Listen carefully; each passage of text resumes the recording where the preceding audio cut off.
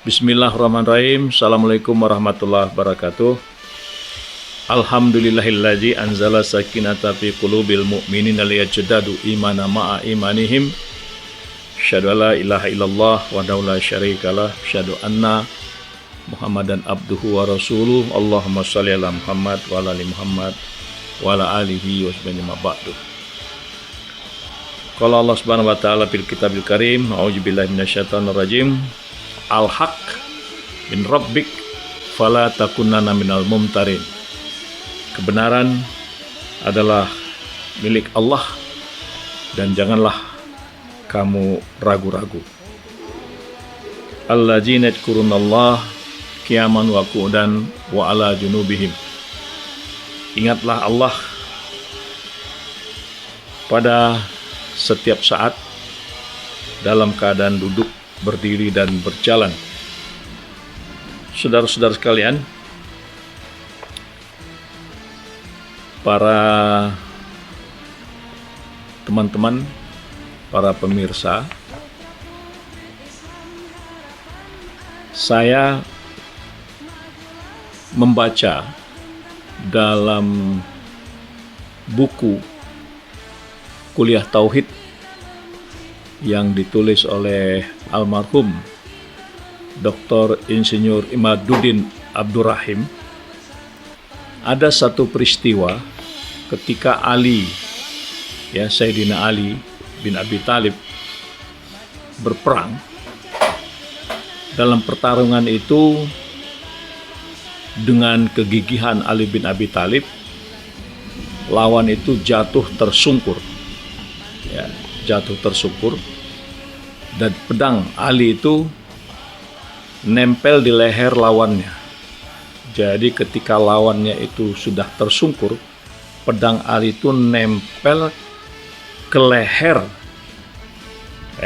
nempel ke leher lawannya. Nah, ketika Ali ingin menusukkan pedangnya itu ke leher lawannya itu, tiba-tiba lawannya ini meludahi Ali. Dia meludah ke arah Ali bin Abi Thalib. Nah, begitu meludah, ternyata sahabat Rasulullah Ali bin Abi Thalib ini bukan melanjutkan tusukannya ke leher lawannya, tapi malah menarik pedangnya. Jadi Ali menarik pedangnya kembali dan tidak melakukan penusukan. Nah, dalam kondisi seperti itu, akhirnya lawan Ali itu bertanya, "Ya Ali, kenapa tidak kau teruskan?" Nah, inilah saudara-saudara sekalian yang menjadi renungan, mencari hikmah dari apa yang dilakukan oleh sahabat Rasulullah ini. Ali mengatakan, "Aku tidak ingin membunuhmu gara-gara engkau meludahi aku." Nah, saudara-saudara sekalian, ini adalah sebuah kisah yang saya baca di dalam buku Kuliah Tauhid Bang Iman. Nah, saudara, dapat kita bayangkan bagaimana seorang Ali bin Abi Thalib yang sejak awal dia mengikuti Rasulullah Sallallahu Alaihi Wasallam dan seluruh hidupnya adalah untuk kemuliaan, seluruh hidupnya adalah demi Islam yang harus terus disyiarkan, Islam yang harus terus disebarluaskan. Dan pada perjalanan sejarah ada peristiwa Ali harus bertarung, dan kemudian di tengah suasana yang seperti itu Ali menunjukkan bahwa apa yang dia lakukan itu bukan karena hawa nafsunya, bukan karena kebenciannya, tapi adalah dia ingin melakukan sesuatu itu semua semata-mata karena perintah Allah Subhanahu wa Ta'ala. Jadi saudara-saudara sekalian, ada bahasa dari Ali bin Abi Thalib, ya, yang ini saya kutip. Beliau mengatakan, janganlah merasa kesepian, ya. Janganlah merasa kesepian di atas jalan kebenaran. Jadi kita itu dalam hidup ini, jika telah mengikrarkan syahadat, mengikrarkan kalimat tauhid, maka berarti kita berada di atas jalan yang hak, di atas jalan yang dituntun oleh Allah, jalan yang ditunjuki oleh Allah dengan dituntun oleh Rasulnya dan para sahabat-sahabatnya, para aulia-aulianya, ya, para dai-dai, para ulama-ulama, para habib-habib. Kenapa saudara-saudara sekalian kita harus meyakini hal seperti ini? Karena memang untuk mengatakan yang hak, menyampaikan yang benar itu, orang yang berjalan di atas jalan kebenaran itu tidak banyak, ya. Tidak banyak orang yang ada berjuang di atas jalan yang benar. Karena Ali mengatakan, jangan merasa kesepian di atas jalan kebenaran, karena sedikitnya orang yang berada di sana. Nah, jadi orang yang menyatakan yang kebenaran itu, ya, berjalan di atas jalan yang benar itu tidak banyak. Tetapi karena dia senantiasa melakukan itu adalah karena perintah Allah, maka dia senantiasa melibatkan Allah dalam semua aktivitasnya, dalam kegiatan apa saja, ya, sehingga kita juga ingat bagaimana Allah menasihati, mengingatkan kita untuk alladzina yadhkurunallaha qiyaman wa qu'udan wa 'ala junubihim. Jadi bagaimana kita senantiasa harus terus ingat berzikir kepada Allah dalam keadaan berjalan, dalam keadaan duduk, ya, dalam keadaan tidur, ya, terus mengingat Allah. Kenapa? Dengan mengingat Allah itu kita akan selalu berusaha untuk berada di jalan yang benar itu. Nah, saudara-saudara sekalian, tidak bisa kita pungkiri kalau kita lihat risalah perjalanan seluruh para pejuang, para nabi-nabi, ya, memang yang namanya kita ingin menyampaikan yang hak, menyampaikan yang benar itu tidak akan pernah lepas dari permasalahan yang kompleks dan pelik. Jadi setiap nabi, ya, setiap ulama, setiap para pejuang, ya, sesuai dengan zamannya, ketika dia ingin menyampaikan yang hak itu, maka pasti akan menghadapi banyak masalah-masalah yang pelik, masalah-masalah yang kompleks. Tetapi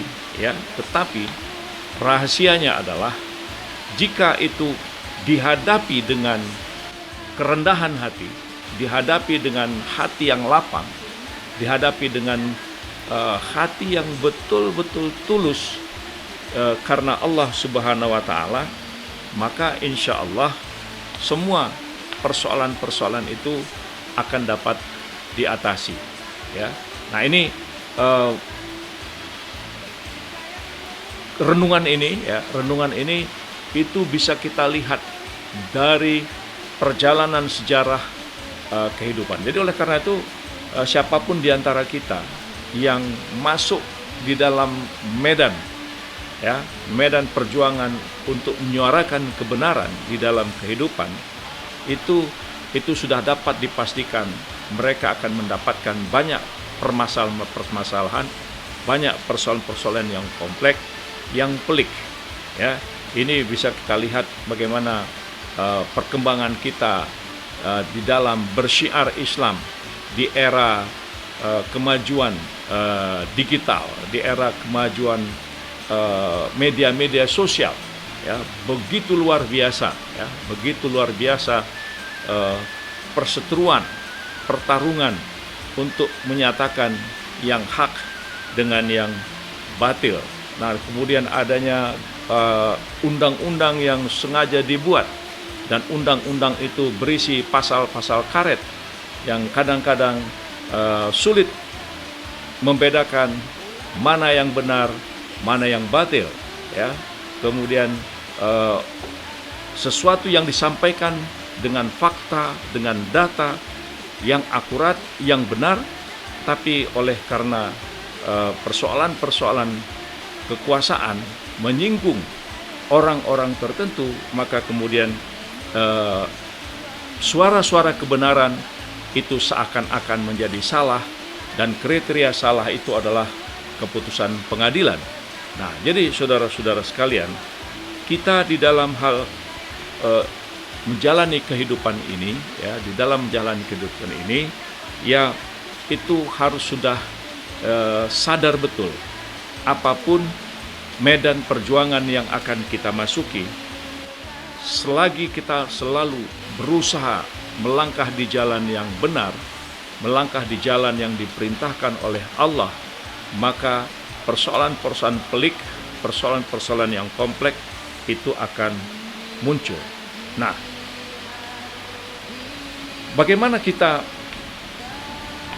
mensikapi, ya, bagaimana kita mensikapi itu? Nah, tidak ada kata lain, ya, sebagaimana yang dicontohkan Ali bin Abi Thalib tadi, ya, ketika dia akan menusuk tapi kemudian diludahi, ya, kemudian dia hentikan proses untuk menusuknya itu karena dia sadar, apakah aku akan menusuk ini karena dia meludahi aku, atau karena aku menusuk dia itu semata-mata karena memang perintah Allah. Nah, disinilah saudara-saudara sekalian, apa yang dilakukan oleh Ali bin Abi Thalib adalah bagaimana dia senantiasa bersama dengan kebenaran dan kebaikan. Jadi kebaikan dan kebenaran yang dilakukan oleh Ali itu, ini menjadi renungan kepada kita semua, karena kita harus memahami bahwa setiap kebaikan yang kita lakukan itu tidak akan pernah, ya, itu tidak akan lalai dari catatan-catatan dan rekaman-rekaman Allah Subhanahu wa Ta'ala. Nah, sembunyikanlah kebaikan yang kamu lakukan, dan buatlah kebaikan yang telah kamu lakukan, dan buatlah kebaikan yang telah kamu lakukan itu dikenal. Nah, jadi saudara-saudara sekalian, bahasa-bahasa Ali ini merangsang, ya, memotivasi hati kita, ya, di dalam menjalani kehidupan, agar kita mampu, ya, agar kita mampu menseleksi, ya, kita mampu menseleksi, kita mampu melakukan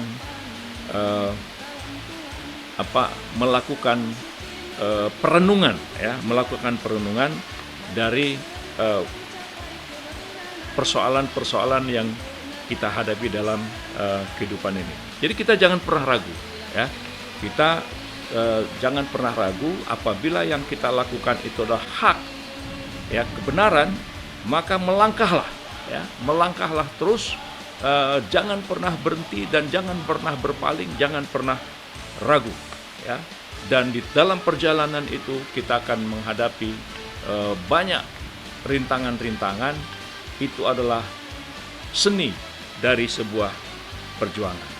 Nah, ada kalanya, ya, ada kalanya saudara-saudara sekalian, bahasa-bahasa, ya, bahasa-bahasa dari musuh, ya, lebih baik kita mendengarkan musuh yang bijak, ya, daripada meminta nasihat dari teman yang bodoh, ya. Jadi kadang-kadang musuh itu, ya, kita lihatlah dalam perjalanan sejarah perkembangan dunia Islam dari masa ke masa, ya, dari waktu ke waktu. Nah, bahasa-bahasa musuh ya yang bijak ya. Jadi musuh-musuh itu kadang-kadang dia memberikan ya kalimat-kalimat yang bijak ya. Nah, daripada kita meminta nasihat dari teman yang bodoh. Nah, jadi kadang-kadang musuh itu pun bisa dari bahasa-bahasa yang disampaikannya itu bisa menjadi renungan kita ya. Jadi bahasa-bahasa musuh itu bisa menjadi informasi, dan informasi itu bisa kita olah daripada kita mendapatkan advice, mendapatkan nasihat dari teman yang bodoh, dari teman yang hanya sekedar asal abang senang, asal bapak senang, asal bapak suka dan sebagainya. Nah, jadi disinilah kita di dalam perjalanan kehidupan ini yang senantiasa bergelut di dalam pergolakan peradaban kehidupan antara yang hak dengan yang batil. Kita jangan pernah merasa kesepian di jalan kebenaran itu, karena Allah, para malaikat-malaikatnya dan tentara-tentara Allah itu senantiasa akan mengawal kita. Nah, disinilah saudara-saudara sekalian, wala tahinu wala tahzan. Janganlah kita merasa hina, ya, merasa rendah, dan janganlah merasa pesimis, ya, merasa sedih dalam melihat semua perkembangan atau situasi-situasi itu, ya. Sejarah di negara kita ini, kita lihat bagaimana Pangeran Diponegoro itu pernah terjebak, ditahan,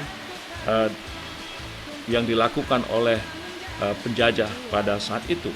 Tapi setelah Pangeran Diponegoro ditahan dan sebagainya, perjuangan tetap terus berjalan.